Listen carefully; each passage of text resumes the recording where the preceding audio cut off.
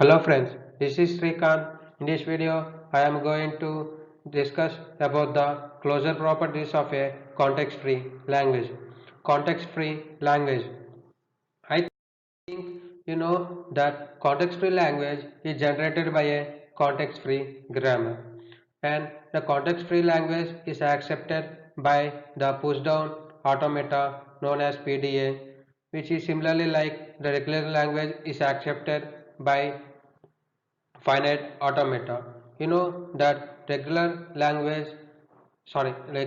generates a language known as regular language, and the regular language is accepted by the finite automata like NFA and DFA. Similarly, the context-free grammar generates a language known as context-free language, which is accepted by the push-down automata. Closure properties for context-free language. Before going to that, what does closure properties mean?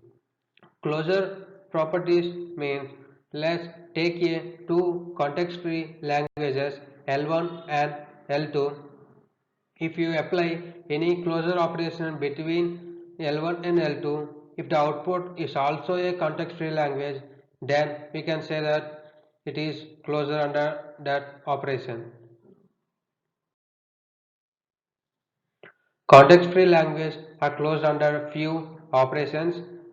In that, first one is the union operation, and second one is the concatenation operation, and third one is the nil star operation. And it is also not closed under very few operations. In that, the first one is the intersection operation, and second one is the complement operation.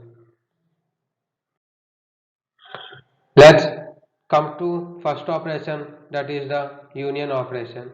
If L1 and L2 are the two context-free language, then L1 union L2 is also a context-free language.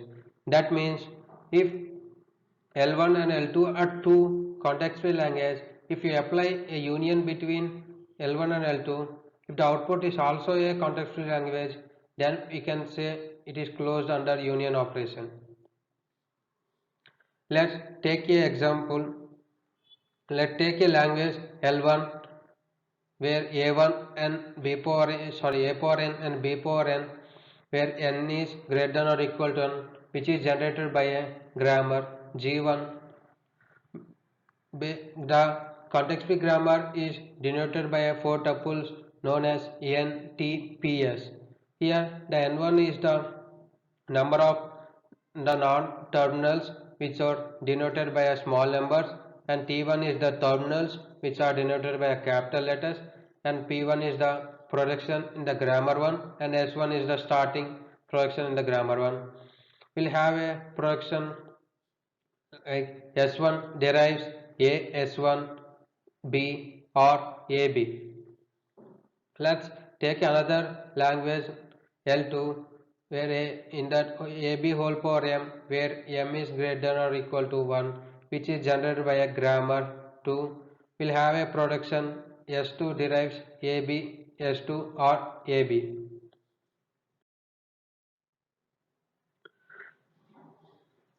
The grammar, so the G is the G grammar first, grammar union grammar 2.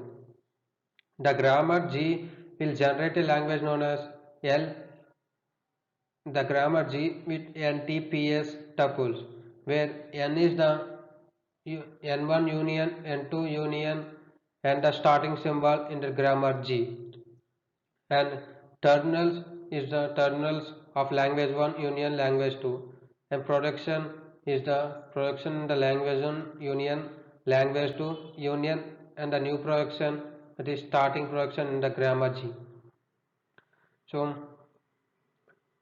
this is the production in the grammar G, where the starting production is S derives S1 or S2, and S1 is the first language production and S2 is the second language production. So by so the L language L is derived from the grammar G, which is equal to L1 union L2. By this, we can say that context-free language is closed under union operation. The second operation is the concatenation operation. If L1 and L2 are two context-free languages, then the L1 dot L2 is also a context-free language.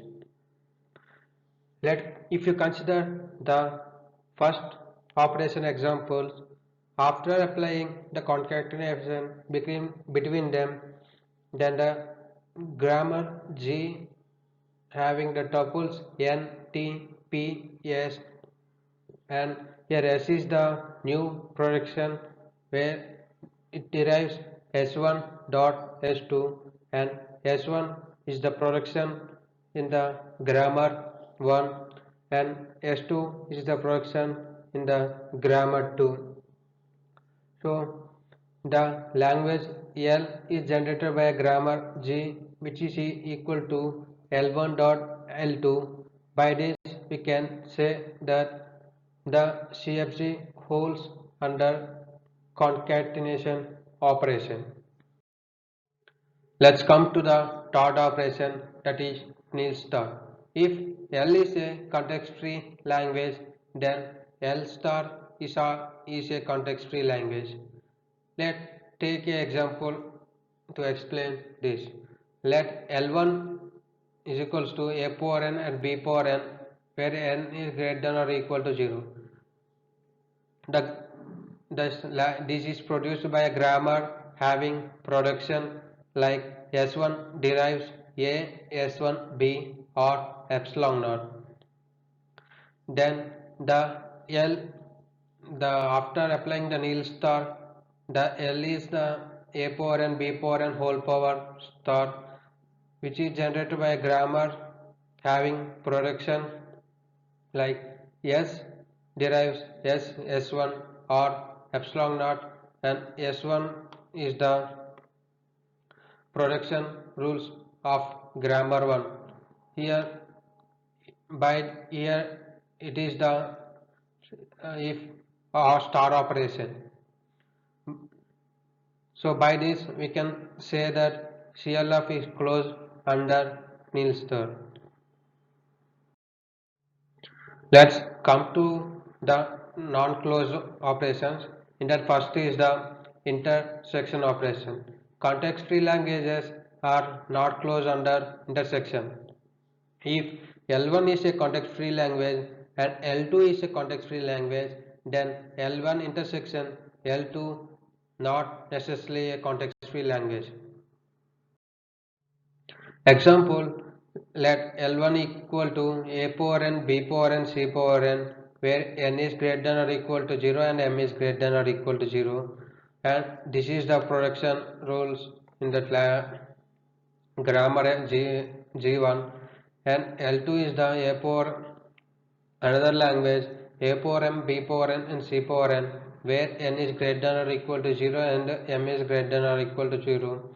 And this is the production rules for grammar generated by a language 2. If you apply intersection between L1 and L2, then it will be A power n and B power n and C power n. This is a language accepted by CST. It is not accepted by a PDA. So we can say that this is not a context-free language. So intersection is not closed under, context-free language is not closed under intersection. Next, second one is the complement operation. Context-free grammars are not closed under complement operation. L is a context-free language, but L bar may not be a context-free language.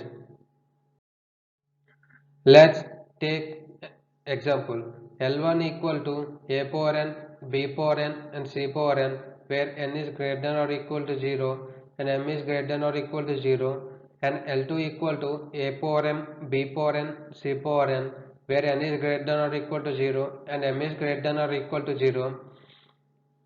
So let's assume that the complement of a language is a context-free language. By assuming